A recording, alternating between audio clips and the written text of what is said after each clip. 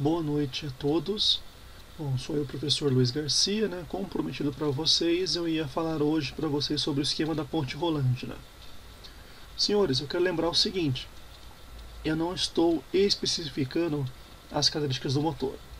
Eu só estou preocupado com a parte do comando, né? Então, qual era a questão do comando, né? A questão é que nós tínhamos uma ponte rolante, né? Que se movia nos eixos X e Y, né? Cada um com um motor, e no eixo Z ela tinha duas talhas, né? Sendo que também essas duas talhas também se moviam individualmente no eixo Y. Então, só por essa lógica, a gente pode calcular que seriam no mínimo, né? Considerando uma característica genérica, tá bom? 5 motores, sendo que esses motores eles teriam partida direta e reversa. Bom, olhando a botoeira de comando, né? Nós vimos que são no total 8 botões, né? Norte-Sul, Leste-Oeste, Up, Down e 1 e 2. Como é que vai funcionar? Quando eu aperto o botão 1 ou o botão 2, ele vai me dar o comando daquele elemento que responde apenas a um dos motores, um dos conjuntos de motor no caso, né? Que está sobre o eixo Y, né? E Z. Então, por exemplo, se eu aperto 1, vai ser o conjunto de motores do Y1 e Z1. Se eu aperto 2, vai ser o conjunto de motores do Y2 e do Z2. Então tem uma outra característica: eles não podem funcionar simultaneamente. Se você apertou 1, só funciona no conjunto do 1. Se você apertou 2, só funciona no conjunto 2. O que vocês estão vendo na tela aí no card de cima foi uma possível solução para esse detalhe. Então, quais são as partes mais importantes, né? Vamos dar um zoom aqui. Vamos começar, né, analisando os motores, né? Como vai para você, nós não vamos trabalhar exatamente com um motor específico, apenas um motor genérico trifásico. Como vocês podem ver, né, cada um com seu disjuntor protegendo, né? E com comando de partida direta e reversa. Repare que no total são 10 contatores, certo? E como é que vai funcionar a parte de comando, né?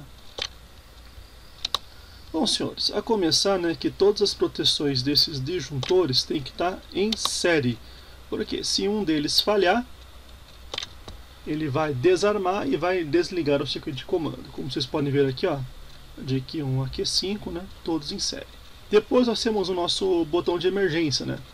Que nessa botoeira do painel aí que vocês estão vendo, né, é o vermelho.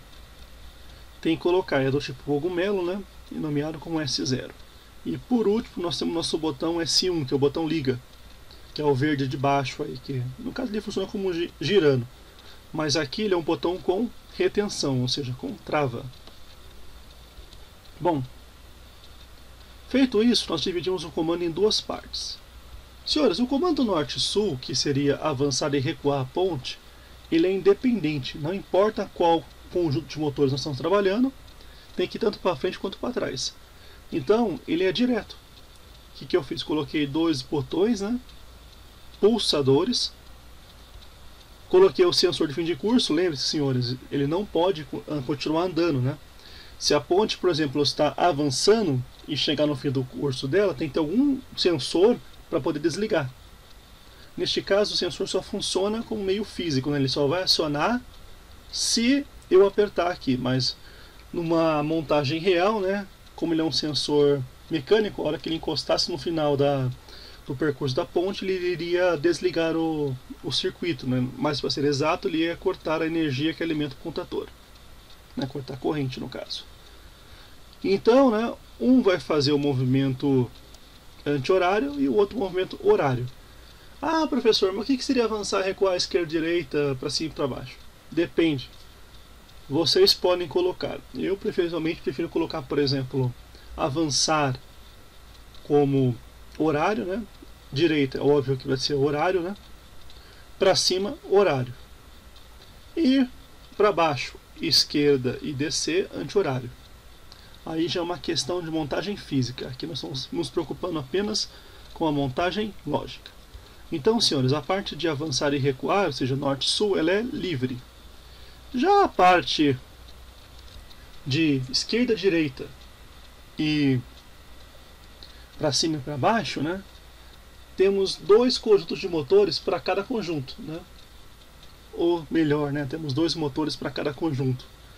Então, aqueles botões 1 e 2, no caso, né, como eu não conheço a característica daquele painel, né, daquela botoeira de painel, eu determinei que eles seriam botões, por exemplo, com trava, com um normal aberto e um normal fechado. Reparem, senhores, que neste caso, né, eles estão intertravados, né? Ou seja, se eu aciono um, o outro lado não se alimenta. Então, se eu aciono o S8, né, o S9 não se alimenta. Bom, e a próxima sequência? Esquerda e direita, senhores, eu fiz duas montagens de conjunto, né? Eu tratei como o botão esquerda e o botão direita que eles tivessem dois contatos abertos. É possível? Sim, é possível e existe. Então fica mais fácil para trabalhar. Então, por exemplo, se eu apertar o S4, ele vai acionar o outro S4 do lado aqui, como vocês podem ver. Porém, como são ramos diferentes de alimentação, né, aqui como podemos ver, não vai acontecer nada. Ele só vai funcionar a alimentação daquela chave que for selecionada. Da mesma maneira, o S5 aqui, ó, temos dois S5s, né, eles vão acionados ao mesmo tempo. Porém, só vai funcionar o contador daquele ramo que você escolheu a chave. E lembrando, senhores, que como também tem fim de curso, né, porque esquerda e direita também chega ao final da barra, né, é necessário também ter o sensor de fim de curso em cada ramal aqui antes de chegar a alimentação no contador, ou seja, antes da corrente chegar. E por último, senhores, nós temos no mesmo esquema, né, dois ramais alimentando, né, os motores referentes à talha, ou seja, descer e subir a corrente. Reparem, senhores, que eles não têm sensor de fim de curso. Até porque a maioria das talhas não tem mesmo. É no olho, ou seja, travou, já era. Você pode quebrar o motor. Então, por isso que a operação neste caso depende mais da precisão do operador, né? Como é que vai funcionar? Amarro a minha carga na corrente da talha, né? Pressiono o botão para subir ou para descer.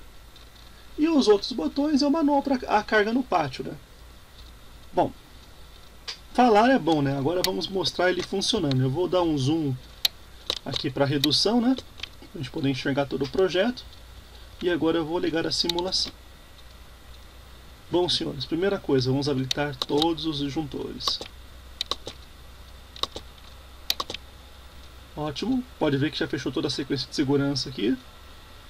Agora vamos ligar o botão liga da botoeira de comando. Feito isso, vamos escolher aleatório. Lembrando, senhores, que com exceção dos botões com travas, né, 1 e 2 e liga, os outros eles são pulsadores. O que quer dizer isso? Quer dizer que ele tem que funcionar enquanto você permanecer. Por exemplo, vamos avançar, né? Segura aqui. Opa, esse aqui foi recuar. Recuou, soltei, parou. Agora sim, avançar.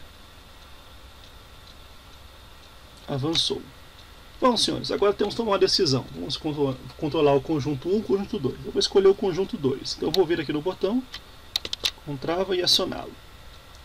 Agora pode ver que todos os conjuntos 2 estão energizados. Então agora eu vou para a esquerda com a minha carga. E agora para a direita. Reparem, senhores, que enquanto eu permaneço selecionando, né, ele aciona os dois botões, mas só alimenta aquele contador que está ligado no ramal do botão que a gente escolheu, né. Reparem também, senhores, que o sensor de fim de curso não é acionado, porque ele não existe fisicamente. Por exemplo, eu segurando aqui, chegaria uma hora que ele chegaria no final do curso e iria acionar e desligar a bobina. E por último, né, eu vou subir e descer a talha. No caso, eu vou descer primeiro, né.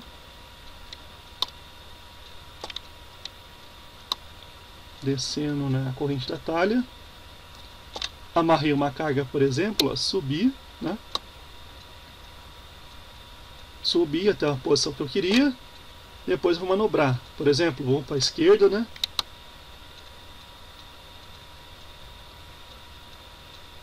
E depois eu vou para frente, né? Ou seja, vou avançar. Bom, senhores, é um comando simples de fazer, porém um pouquinho complexo, né? Na parte dos componentes. Você tem que pensar em muitas lógicas, né? Principalmente as lógicas OR e E. Quem vai acionar, quem não vai. Bom, alguma dúvida, eu vou estar disponível para tirar dúvidas de vocês, né? No dia de hoje, né? Dia 2/4, né? Bom, assim agradeço a colaboração de vocês, né? Qualquer dúvida, estou aqui disponível. Tenham uma boa noite, senhores.